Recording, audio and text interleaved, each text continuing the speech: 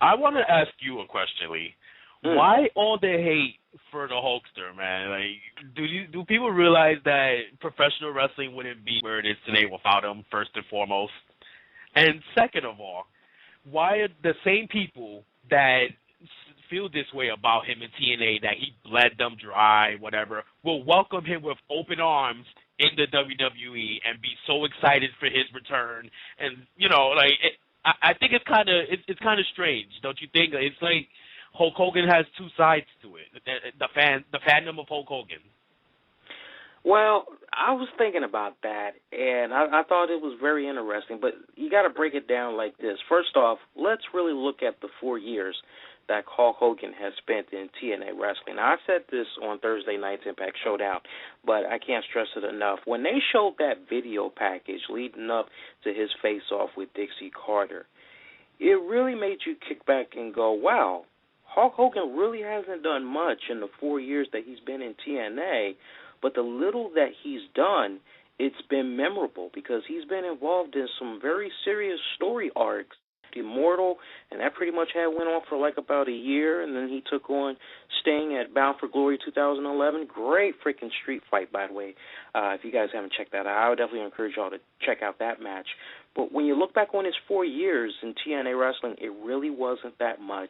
We saw so many great pieces of young talent leave because TNA was making these budget cuts when they could have afforded them if they would have really taken a step back and said, you know what, there's some people that really are not deserving of X amount of dollars. Their deals need to be restructured. And unfortunately, Hulk Hogan was one of those people. I think when you look back in retrospect, they couldn't do that to Sting. They couldn't do that to Kurt Angle. They just didn't have the heart to, because those guys, for their respective times, they did help in their own right put TNA on the map. They did more than what Hulk Hogan has done for TNA.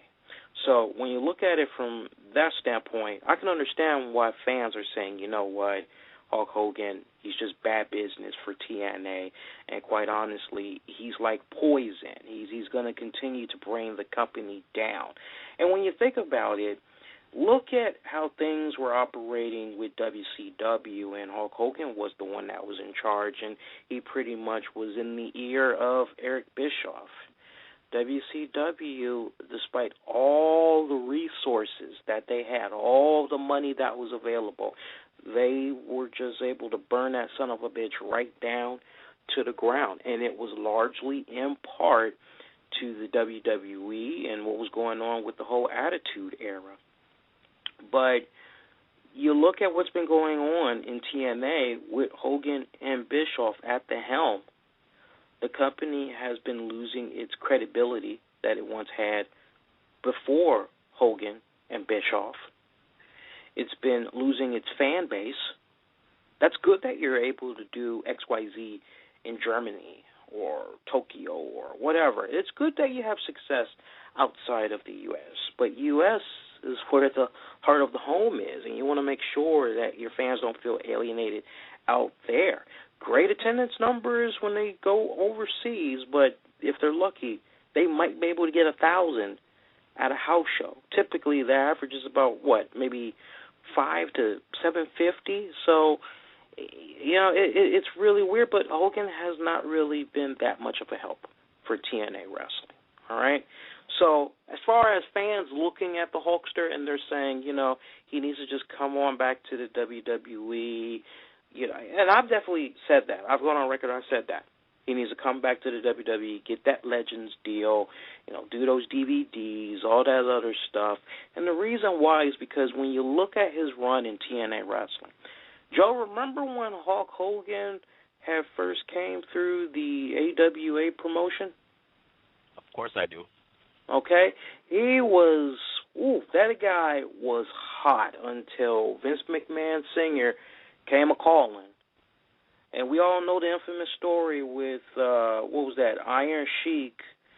Correct me if I'm wrong, was it Vern Gagne? Somebody had went up to Iron Sheik and said, here, I'll give you some extra money, break Hulk Hogan's leg, do something. I don't want him going to the WWF. Am I remembering that story right? Yes, you are. Vern Gagne offered the Iron Sheik 100K to break Hulk Hogan's leg in that match. Yeah. So I mean, when I look at how it was with Hulk Hogan in AWA, I'm kind of picking up a bootleg version of that with him in TNA. And it's kind of like, Hogan, you've been there, you've done that. The 4 years you've been there, TNA really hasn't gone to the heights that it's supposed to. And I think a large part of that is due to the fact that TNA is trying too hard to emulate WWE, when instead they should be trying to find their own identity. And they did have that identity 5 years ago. Now it's like, to echo the words of a lot of fans, they're just trying to be a ripoff of the WWE. Point being, look what's going on with Dixie Carter. She's sitting up and she's doing this whole heel. Now we can jump out there. Now we can say she's going heel, okay? But a lot of people would say, she's just borrowing a page from Stephanie McMahon and Triple H's playbook, and she's doing a poor, crappy job about it. Now, look at the difference right there. You got Triple H, Stephanie McMahon. They're punking the hell out of every single piece of talent that they come across. Yeah, you have a president of a company drop to her knees, cling on the leg of a legend and Hulk Hogan. I don't know. That was a bit too much for me to see. It kind of really came off as if that was the real deal right there. Please don't leave Hogan. I'm waiting to see somebody put a caption on that. I think that would be funny to read. What you mean, a picture meme that goes around the internet? Yeah, a caption picture of that image there with Dixie Carter on Hulk Hogan's legs wrapped around. I think somebody should make a funny caption for that, because that was just like, really? We're jumping out there like that? But yeah, a lot of people, they want for Hulk Hogan to stop playing around with the juniors and step back up to where he belongs. He bleeds WWE. He bleeds WWF. He bleeds WWF. He owes everything that he has to that promotion. He owes everything that he is right now to the McMahons, because if it wasn't for the McMahons to give him that necessary platform, I think it would be an entirely different wrestling industry today. So I think that's why a lot of fans, they're tired of seeing him in TNA. At least they know when he goes back to the WWE, he's going to be used right. And, he's going to get the right type of media exposure. Okay. Can I play devil's advocate on this? All right. Okay. Though I definitely agree he should be back in the WWE, I'm on record of saying that. And I am on record of saying he should leave TNA. I think that it's pretty unfair, the rap he gets for TNA not going to the next level. It's not his fault. I really don't think it's his fault. I really believe that. Nobody's putting a gun to Dixie Carter's head and telling her how to run a storyline, how to run business, or even giving Hulk Hogan his money. Nobody put a gun to her head and tell her that. Hulk Hogan's not creating the storylines, and they need to realize that they are a carbon copy of the WWE, as you said, and they do need to switch it up. Hulk Hogan, sure, he can get a partial of the blame. He doesn't promote TNA wrestling in any interviews he does. There's really nothing that stands out on TNA, but at the same time, he gets a bad rap. I really don't think it's fair that he gets the majority of the blame. Even if he's gone right now, and a year from today, do you really think TNA wrestling is really going to be in the ratings going head-to-head with WWE, or even catching close to WWE at this point without Hulk Hogan? No, but I will say this. Before Hulk Hogan and Eric Bischoff came in, TNA, they never used to dip into the low, .90, .80, .70. They always had at least an average of 1.30 something, or maybe a little higher than that, somewhere between maybe 130 to 150 during Vince Russo's reign. And honestly, I agree with you to a certain extent about Hulk Hogan. A lot of the blame, it does ultimately fall on the hands of Dixie Carter. But here's Dixie Carter, 10 years, well, at the time that Hogan and Bischoff came in, that was probably like about maybe 6 years under her belt. Here she is, still a little bit wet behind the ears. Here comes Hulk Hogan, decades experience in business. Eric Bischoff, say what you want about Eric Bischoff, but in his own right, he's left his mark on the sport of professional wrestling, whether it be good or bad. So she relies on them and their experience to try to help take TNA to that next level.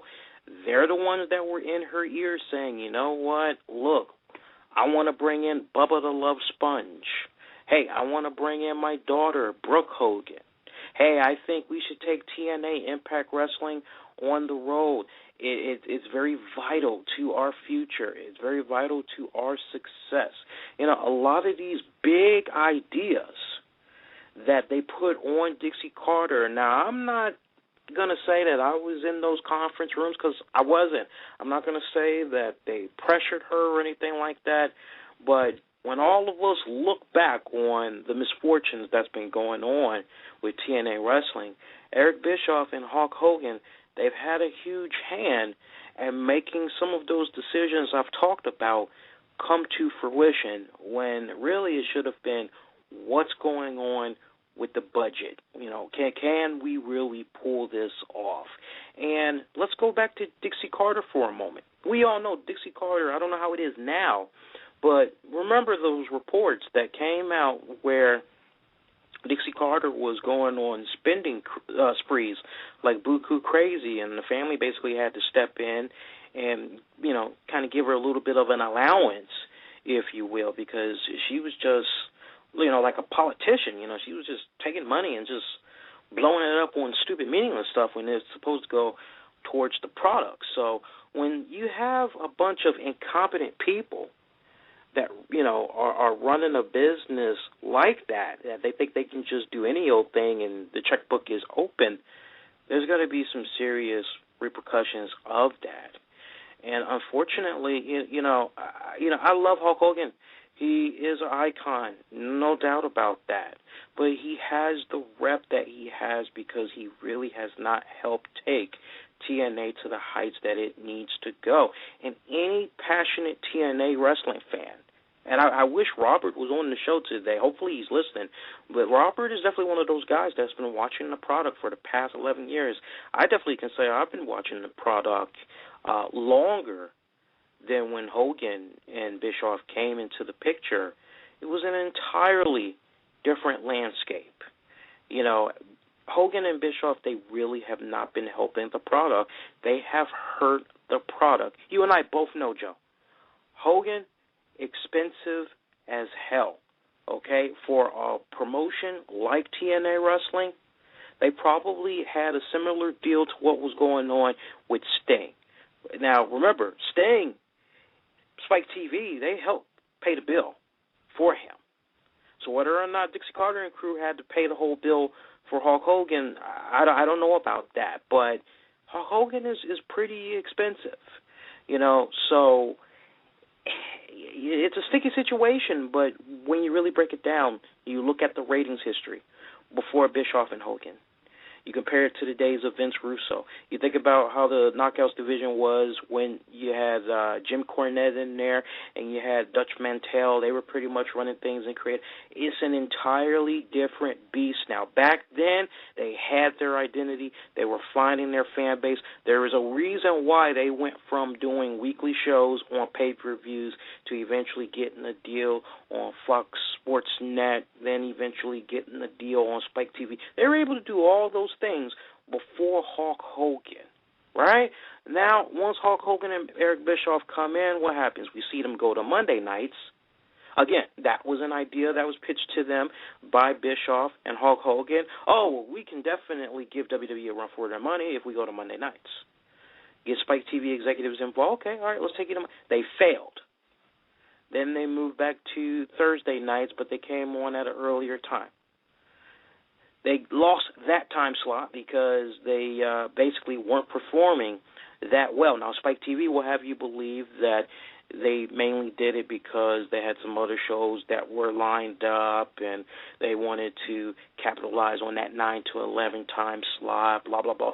But when you cut through all the smoke, Impact was not doing well in that first hour of Impact. They were really hurting at that 8 o'clock slot. That's why they moved back to their old time slot. But even at that, Joe, they still have been struggling. And a lot of that goes to, and I'm going on record here, a lot of that goes to Dixie Carter, definitely Hulk Hogan, definitely Eric Bischoff. Okay. I want to say for the record, everything you just said is 100% correct. I want everybody to know out there that I'm just playing devil's advocate because that's what we do here. We have to look at all sides of the story. I do agree with 100% of everything you just said, but we also have to be clear, too. We have to put it on the record as well. Impact Wrestling's ratings have been going down since, you can say since Hulk Hogan has came there and they went to Thursday night. That's fine. But also, you got to remember, the NFL has started putting games on Thursday nights. And now the NFL Network is available on cable, where it was only available on DirecTV for a few years. Now every cable subscriber, Dish Network, everybody else, also Verizon, everybody has the NFL Network now. So you got to take that into consideration as well. And as far as the Vince Russo era is concerned compared to the Eric Bischoff, of course, night and day. Night and day, no doubt about it. But nobody told Dixie Carter to get rid of Vince Russo and Dutch Mantel for Hogan and Bischoff. That's my point. That's all I'm saying. I think the majority of the blame goes to Dixie Carter. If you had to give Hogan and Bischoff a percentage of the blame for TNA Lee, what would you give them? Out of 1 to 100% of the blame, what would you give them?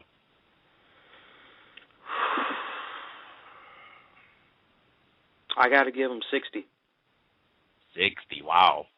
I got to give him 60. Mm-hmm. Yeah, wow. I have to. I have to. So Dixie gets 40? Dixie has to get the 40. Wow. She has to. Yeah. And it's only that way. It's only that way because Hulk Hogan and Bischoff, they've been involved in wrestling for so many years. So you would think that they would know better, that they have learned from their mistakes. Here we are 11 years later. There's yet to be another follow-up game to the first TNA Impact Wrestling. Little stuff like that. Anytime I can watch Impact Wrestling and you guys are selling merchandise half off, that lets me know that you're hurting for some cash. You don't see WWE doing silly stuff like that. And if they do, they're usually doing it on stuff that is overstocked, old items. You don't see them doing that for new items. It's ridiculous. But no, I would give it to Hogan and Bischoff at 60%, for the simple fact they've been involved in the business for many years. They should know better. They know right from wrong. Dixie Carter, she gets that last 40% because it's one of those type of scenarios where when is enough? And here's what we all can agree on. With Hulk Hogan's contract expired and the negotiations going on, if Dixie Carter and crew are playing a huge hand in getting him re-signed, and if that re-signing does go down, then 100% of the blame will then shift to Dixie Carter. A lot of us, we got a lot of people out there, they're being very cold and heartless to Dixie Carter, but the thing I want to point out is unless you've tried to go into business for yourself, then you can't really talk on it, because when you go into business for yourself, you're self-employed, it can be very hard. There's a lot of things that you are learning in the process. It's touch and go. And as you make your mistakes, you're using it to make yourself and your product better. So for me to see where Dixie Carter is right now, to see where Hulk Hogan is right now, it's like, okay, Dixie Carter, this is your opportunity. You can have a clean slate. You can go in a more positive, hopefully a fruitful direction if you go without Hulk Hogan. But if you sign him, understand whatever negative things may come in the future, 100% of that blame is now going to be put on you. No longer will people sit up and say, well, Hogan's got to get part of the blame. See, I can excuse Dixie Carter for being wet behind the ears. I'm not going to say naive. I think that's a strong word to use. I'm going to say inexperienced. I think that sums her up pretty well. Okay, I agree with that 100%. That's all I wanted to say. If Dixie Carter makes that mistake again and brings back Hogan, and by the way, Bischoff is still there under contract, so maybe things are not going to change as much as we think. But if she does bring back Hulk Hogan, she gets 100% of the blame. That's all I wanted to stress.